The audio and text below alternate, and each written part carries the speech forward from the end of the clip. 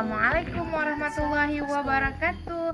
Alhamdulillah hari ini berjumpa lagi dengan Miss Firda, tentunya di pelajaran sains. Oke, hari ini Miss Firda mau mengulang sedikit tentang hal yang telah kita pelajari pada minggu lalu, yaitu tentang produk label. Nah, yang kemarin kita sudah melihat beberapa perbedaan informasi gizi dari setiap produk makanan yang kita bawa kemarin.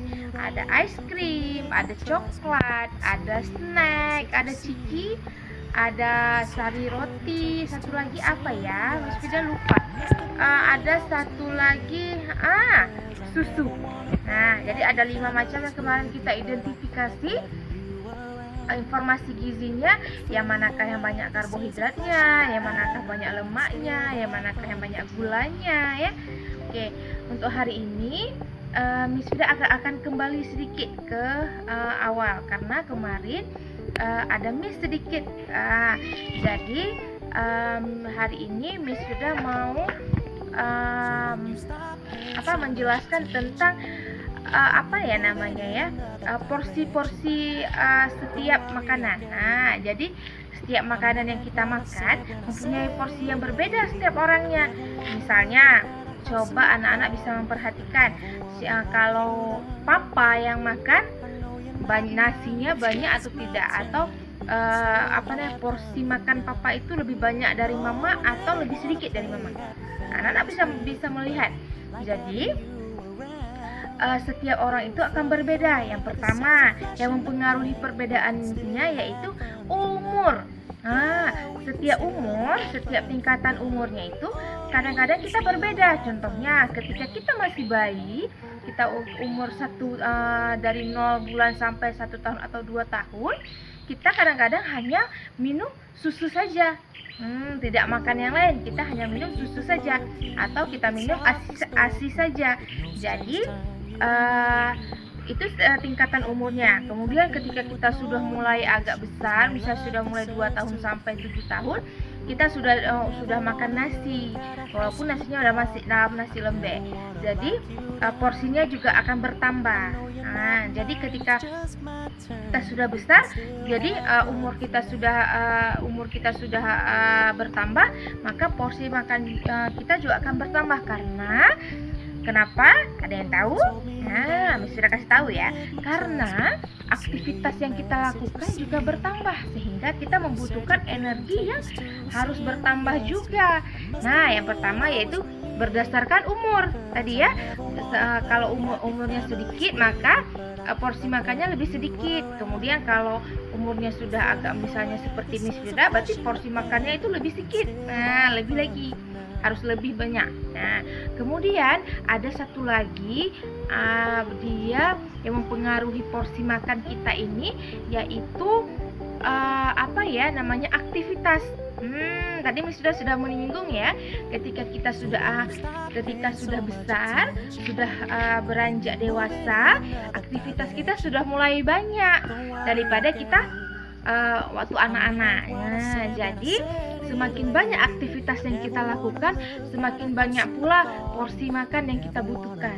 Karena kita harus mendapatkan energi dari kalori yang kita makan tadi. Makanan yang kita makan tadi kan mengandung kalori. Nah, kalori itu akan menghasilkan energi di badan kita.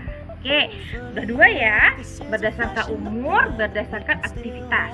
Kemudian ada namanya berdasarkan jenis kelamin.